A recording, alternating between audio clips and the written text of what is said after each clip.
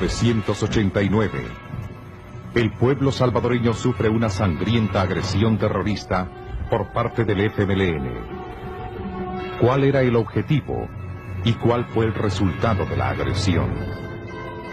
Para responder a estas interrogantes, es necesario retroceder en el tiempo y seguir la secuencia de los hechos. El Salvador, la agresión fracasada y la victoria de un pueblo. 1 de junio de 1989.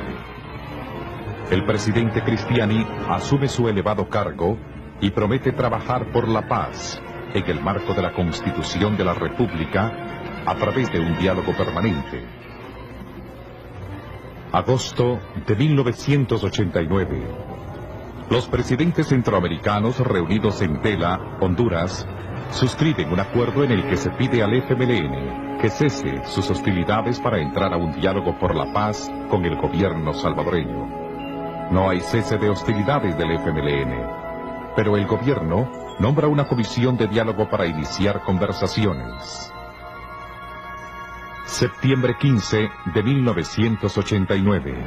En México, el gobierno de la República de El Salvador y el FMLN suscriben un acuerdo en donde se comprometen a que ninguna de las partes pueda retirarse unilateralmente del proceso de diálogo y que en la próxima reunión en Costa Rica se trataría el tema cese de hostilidades. Octubre 16 de 1989. En Costa Rica, el FMLN no permite la discusión del tema de agenda previamente aprobado y presenta otras propuestas. El FMLN comienza a incumplir su compromiso. 30 de octubre. El FMLN atenta contra el Estado Mayor de la Fuerza Armada, causando la muerte de un civil, heridas en otros y la destrucción de una estación gasolinera. 31 de octubre. Se produce un atentado terrorista contra el local de la Federación de Sindicatos FENASTRAS, en donde mueren varios dirigentes. El gobierno ordena una investigación de los atentados, nombra una comisión especial invitando al rector de la Universidad Centroamericana UCA, doctor Ignacio Ellacuría, y a FENASTRAS. Mientras el doctor Ellacuría accedía a integrar la comisión, FENASTRAS se negaba, impidiendo las primeras pesquisas policiales. El FMLN decide unilateralmente retirarse del proceso de diálogo, pretextando la muerte de los líderes sindicales en el atentado a FENASTRAS. El FMLN continúa incumpliendo el Acuerdo de México. Noviembre 11 de 1989. Noche de terror. Atentado contra la casa del presidente Cristiani y contra la del vicepresidente de la Asamblea Legislativa, así como un ataque generalizado de grandes proporciones en los alrededores de San Salvador. El FMLN desata lo que llamó su ofensiva final hasta el tope. Los ataques tenían como finalidad asesinar a los miembros del alto mando militar e importantes mandatarios civiles, dentro de un diabólico plan para desarticular el gobierno constitucional e implantar uno nuevo, de corte marxista como el de Cuba y Nicaragua. Este era el objetivo. Se comprueba así que mientras el FMLN hablaba de paz, estaba preparándose para la agresión genocida del 11 de noviembre, porque según calificados analistas militares o excabecillas terroristas, la preparación de la ofensiva no pudo ser menor de 12 a 15 meses, pues tenían que movilizar gran cantidad de recursos logísticos, humanos, coordinaciones a nivel nacional e internacional, además de abastecimiento de armas y otros. El FMLN, como ya lo demostró, de que ha estado en pláticas de diálogo con el gobierno, sentados a una mesa precisamente en un proceso de paz, y por debajo nos estaba socavando las estructuras de nuestra sociedad precisamente para levantar una insurrección que gracias a Dios no tuvo ningún resultado positivo porque el pueblo fue honesto y concreto y no los apoyó. Se inicia el genocidio terrorista. Hay ataques y toma de poblaciones al noroeste de la capital salvadoreña, Ayutuxtepeque, Cuscatancingo, Mexicanos, Sacamil, Ilopango, San Bartolo. Versiones de subversivos que se entregaron al ejército indican que algunos comandantes terroristas como Facundo Guardado, Mena Sandoval, Choco Germán y otros permanecieron en las cercanías de San Salvador en los primeros días de la agresión. El FMLN actuó bajo la tesis de que la población civil respaldaría su ofensiva. Pero la genocida agresión planificada en el exterior falló en la interpretación de la realidad salvadoreña al creer que estaban dadas las condiciones objetivas y subjetivas para generar la insurrección popular, que no ocurrió en ningún momento. Fue el gran error. Las huestes terroristas encolerizadas tomaron a la población civil como escudo humano. Destrozaron viviendas, haciendo grandes agujeros entre casa y casa para utilizarlos como túneles. En abierto irrespeto a los derechos humanos, tomaron como rehenes a los pobladores. La Fuerza Armada repelió con éxito los intentos del FMLN de avanzar y tomar la ciudad de San Salvador. A 5 días de iniciada la ofensiva, las posiciones del FMLN se habían reducido a una 1/6 parte. Al conocerse la agresión genocida del FMLN, llegan respaldos al gobierno salvadoreño de países amigos, entidades políticas y de los ejércitos de América, con excepción de Panamá, Cuba y Nicaragua. Los comandantes de ejércitos americanos acuerdan, artículo 1, manifestar en forma solidaria el apoyo a la hermana República de El Salvador en su valiente esfuerzo por mantener vigentes los principios fundamentales de la democracia ante la cobarde embestida del terrorismo internacional. En la primera semana, la genocida agresión había sido derrotada. Este fue el resultado, pero otros hechos planeados habrían de ocurrir en la segunda semana.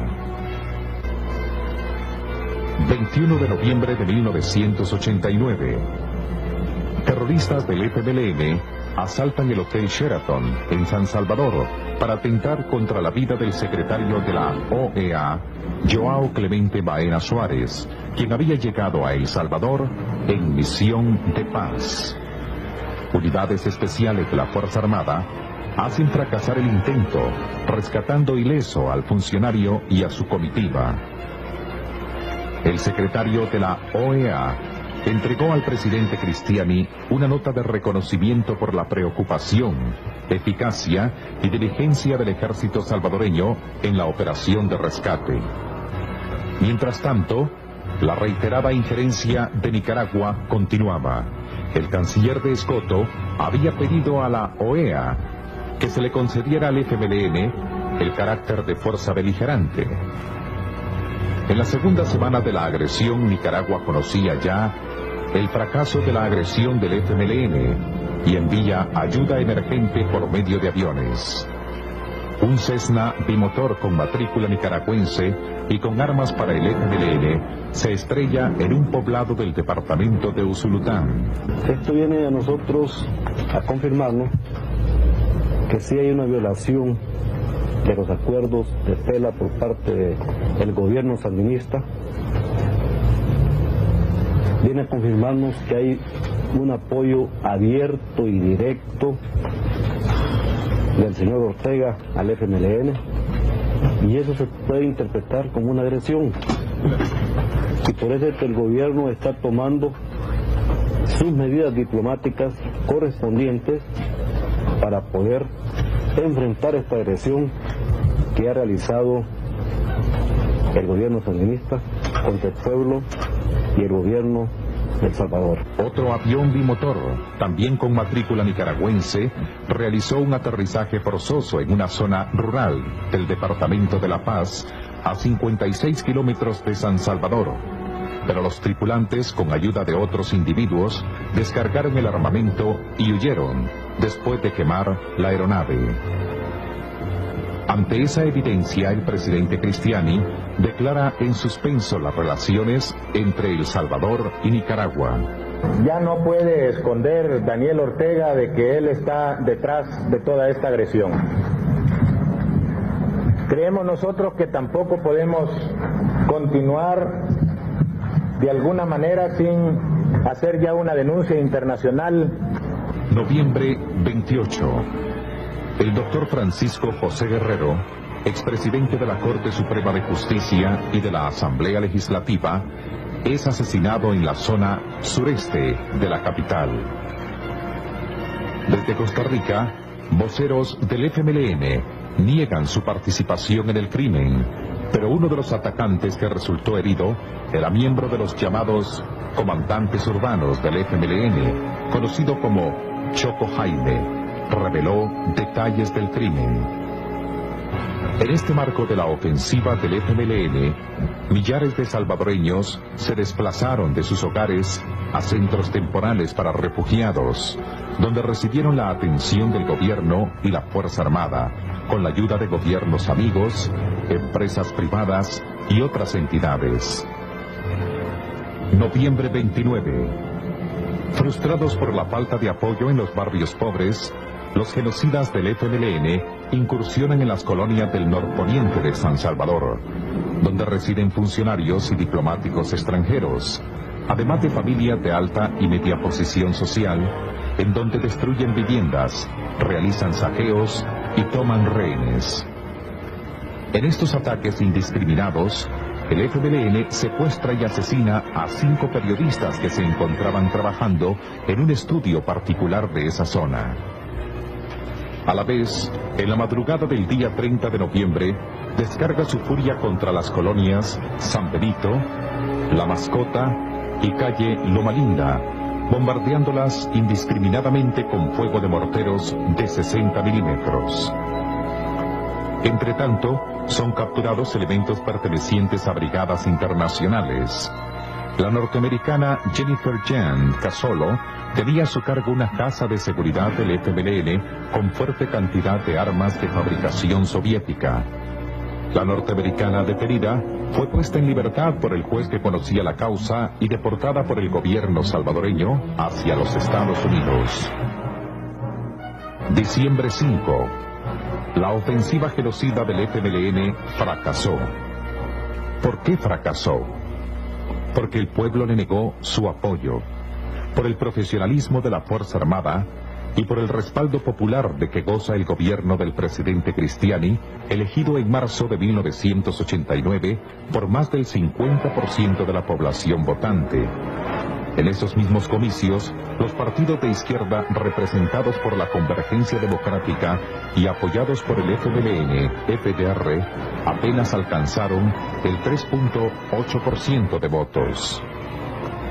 La derrota del FMLN es un triunfo de la democracia frente al decadente sistema marxista-leninista y una victoria del gobierno, del pueblo salvadoreño y de su Fuerza Armada.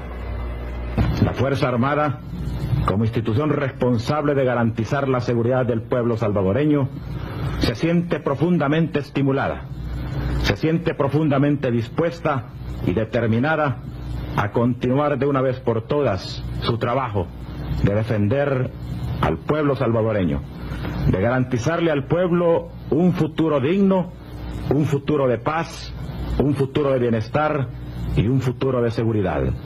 Esa es nuestra responsabilidad, esa es nuestra misión, y para ello estamos dispuestos al último sacrificio, como ya lo han demostrado las tantas vidas de heroicos soldados que en esta lucha están cayendo por defender la justicia, la paz, la democracia y el bienestar de este pueblo que tanto amamos, el pueblo salvadoreño. Durante la ofensiva terrorista, el FMLN obtuvo 2.132 muertos y una cifra mayor de heridos. se les incautó 934 fusiles de diferente calibre, 150 lanzagranadas, 47 morteros, 44 ametralladoras, 41 pistolas ametralladoras, 53 pistolas y revólveres, 23 radios de comunicación, mucha munición y materiales para fabricar artefactos explosivos. El ejército tuvo que lamentar la muerte de 476 efectivos que ofrendaron sus vidas en aras de la paz y la libertad. Hubo un número mayor de heridos, muchos de ellos ya recuperados. Se capturaron 638 terroristas y 47 facciosos del FMLN se entregaron al ejército. Me siento muy contento y feliz por andar combatiendo al enemigo aquí en varias colonias de la capital, pues que ahora el pueblo salvadoreño lo necesita, que nosotros como humanos y ciudadanos de nuestro querido pueblo de El Salvador lo hagamos con valentía y valor para aniquilar el enemigo, al terrorismo del FMLN. Bueno, como infante de marina que soy, me siento orgulloso de estarle prestando seguridad al pueblo salvadoreño y a defender nuestros símbolos patrios y a determinar con el último delincuente terrorista que le está imponiendo destrucción, terror y muerte al pueblo salvadoreño. Gracias a Dios, a la Fuerza Armada, que este próximo año, el 7 de mayo, se le celebre con toda pompa al soldado, al digno significativo del pueblo, que vale la pena y hay que apoyar a la Fuerza Armada, porque por ellos son los que estamos nosotros con vida. En resumen, la primera semana de la ofensiva fue de terror. Furiosos ataques a la población que no apoya una pretendida insurrección. Segunda semana. Ha fracasado la ofensiva criminal y los genocidas son rechazados. El fallido secuestro del secretario general de la OEA y atentados contra vehículos en la zona noreste de la capital y otros hechos. Tercera semana. Los grupos del FMLN son expulsados de la zona metropolitana y se libran combates de persecución en áreas rurales en la periferia de San Salvador. Cuarta semana. El FMLN vuelve a su esquema rutinario y normal de terrorismo, atentando contra personajes importantes, sabotajes al sistema eléctrico y de comunicaciones, así como obras de infraestructura de la economía salvadoreña. Ha sido un fracaso total. Al tercer o cuarto día han sido reducidos a donde están las rayas azules. Y exactamente a la semana del problema, a pequeños grupos rojos, como ustedes lo pueden ver aquí. Toda esta situación se da en este sector donde está la gente un poco clase media baja o clase baja dentro del contexto de la capital, creyendo ellos que es donde el pueblo se les iba a alzar en armas, habiendo sido un rotundo fracaso. Diciembre 10. El presidente asiste a la cumbre de presidentes en San Isidro de Coronado, Costa Rica. Ahí los presidentes centroamericanos declaran que debe descartarse el uso de la fuerza y del terror para lograr objetivos políticos que dan su apoyo al presidente Cristiani y a su gobierno democrático, que demandan al FMLN que renuncie a todo tipo de violencia y piden a la Comisión Internacional de Apoyo y Verificación que inicie de inmediato sus acciones para la desmovilización del FMLN. Surge una nueva esperanza de paz, porque hoy el pueblo salvadoreño está más unido y fuerte, porque la ofensiva genocida no solo fue la guerra de un gobierno democrático contra el terrorismo, sino la guerra de todo un pueblo pacífico y laborioso contra grupos de terror dirigidos por marxistas-leninistas internacionales. Ha sido la victoria de un pueblo que con la ayuda de Dios y su propia fuerza continuará luchando para alcanzar la paz y seguir siendo una nación de hombres libres.